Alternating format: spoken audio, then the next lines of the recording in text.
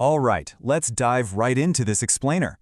Today, we are going to act as expert investment analysts and run one of the absolute largest banks in the world, UBS Group, through a rigorous valuation gauntlet. We aren't just looking at standard everyday multiples here. Oh no, we're going to evaluate this financial giant using the battle-tested philosophies of legendary investors, Warren Buffett, Peter Lynch, and Benjamin Graham. And then, we'll stress test it with hardcore discounted cash flow models. It's the ultimate test of fundamental value, so let's get into it. Here's our agenda for today's gauntlet. We'll be covering 1. The UBS company snapshot, 2. The Warren Buffett lens, 3. The Peter Lynch lens, 4. The Benjamin Graham lens, 5. DCF and alternative valuations, and wrapping up with 6. Synthesis and final recommendation. Section 1. The UBS company snapshot. To start, we need to look at where they stand right now. And well, they are sitting on an absolute mountain of cash. UBS kicked off the year by completely smashing analyst estimates, reporting a massive $3.04 billion net profit for the first quarter. To put that into perspective, the consensus estimate was hovering around just $2.3 billion. So this wasn't a minor beat, this was a fundamental outperformance driven by some really strong client activity, huge wealth flows, and great operating leverage.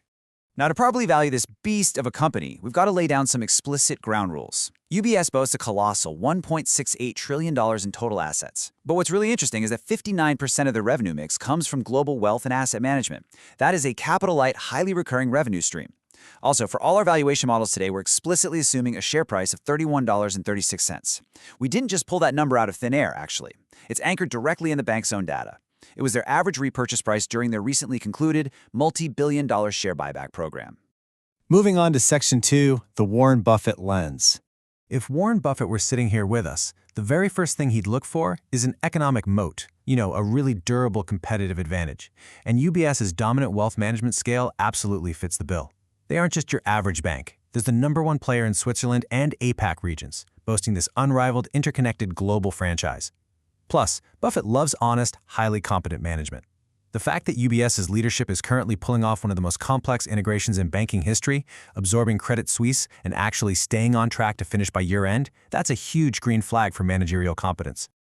Okay, so let's stack UBS's real-world financial metrics up against Buffett's famously strict wish list. Buffett wants high, consistent return on equity and, crucially, a low reliance on debt. UBS reported a solid 13.3% ROE for the quarter, but even more importantly for a bank, they reported a 14.7% CET1 capital ratio. Now, in the banking world, CET1 is your ultimate buffer. It's your equity strength against assets. A 14.7% ratio means they are heavily capitalized, which successfully mitigates the exact kind of debt risks that usually scare Buffett far away from the financial sector. Because they're generating high returns on capital and holding on to that formidable economic moat in wealth management, UBS looks incredibly attractive here. We can comfortably give them a solid pass for the Buffett lens. He'd likely be running an owner earnings model in his head right now, hunting for that critical margin of safety before buying in. Let's shift gears. Section 3, the Peter Lynch lens.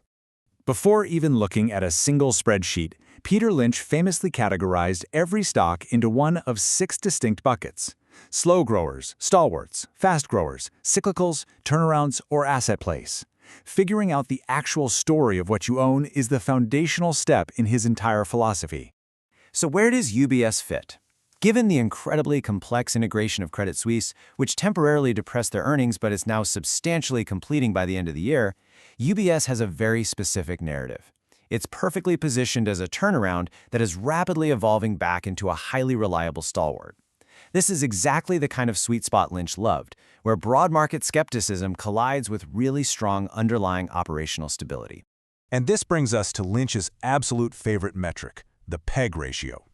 To find it, you just take the price-to-earnings ratio and divide it by the earnings growth rate. So if we take our assumed price of 31.36 and divide it by an annualized EPS of 3.76, we get a very modest P/E ratio of roughly 8.34. But here's the crazy part. UBS reported a staggering 79.7% year-over-year net profit growth. When you divide a P of 8.34 by a growth rate nearing 80, you get a PEG ratio of roughly 0.10.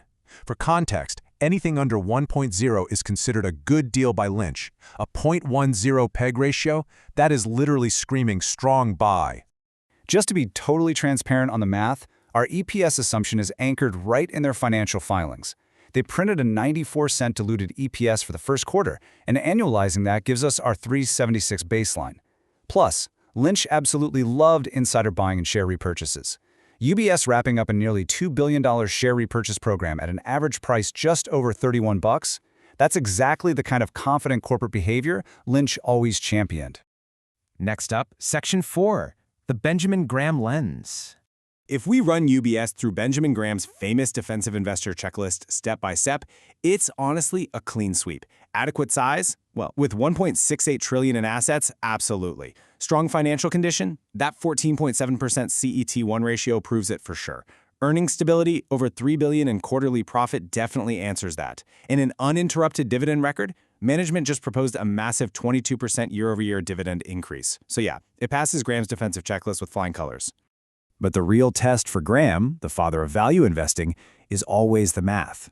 When we run UBS's numbers through Graham's legendary intrinsic value formula, it spits out a target fair value price of roughly $51.21 per share.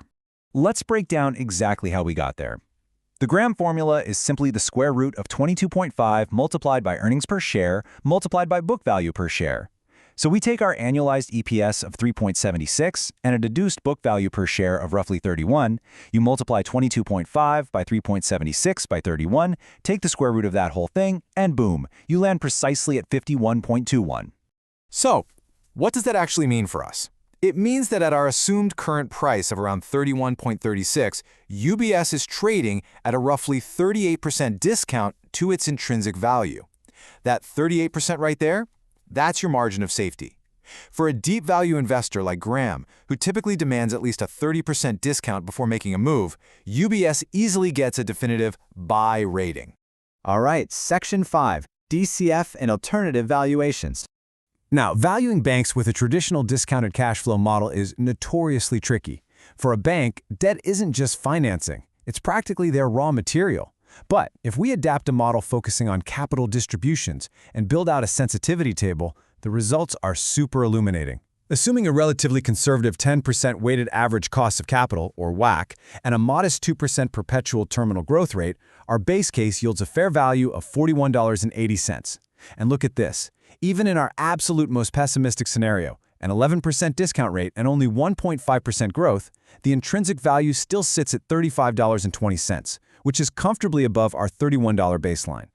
As a secondary alternative valuation, the dividend discount model, or DDM, is incredibly robust for evaluating banks. This model looks at the present value of all expected future dividends. This projection gets a massive boost here because UBS's management has explicitly accrued for a, quote, mid-teens % increase in dividend per share in 2026. Factoring in that kind of double-digit near-term dividend growth strongly supports a fair value sitting right up there in the mid to high 40s.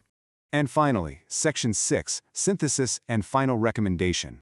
Okay, moment of truth. Here is our final scoreboard. And honestly, there is remarkable consensus across the board. Buffett likes the moat and the return on equity. Lynch's growth metrics flag it as a strong buy thanks to that insanely low 0.10 PEG ratio. Graham's defensive formula outputs a $51 intrinsic value, and our modern DCF and dividend discount models peg the fair value anywhere from $39 to $48. Literally every single lens we use suggests the stock is fundamentally undervalued at current levels. But look, no investment is totally bulletproof. We have to acknowledge the risks. Market volatility could normalize, which might impact their trading revenues. And while the Credit Suisse integration is substantially complete, massive bank mergers always carry some lingering tail risks. However, when you weigh those risks against their massive scale, incredibly strong capital buffers, and explosive profit growth, the strengths clearly outweigh the risks, creating a very compelling buy thesis. So we've successfully run the gauntlet, and all the data is laid bare. From deep value to growth at a reasonable price, the frameworks all align. But the final question I want to leave you with is this. Based on these models, and weighing the ongoing share buybacks against the broader macroeconomic environment, where is your personal trigger point to hit buy? Think about it, run your own numbers, and keep learning.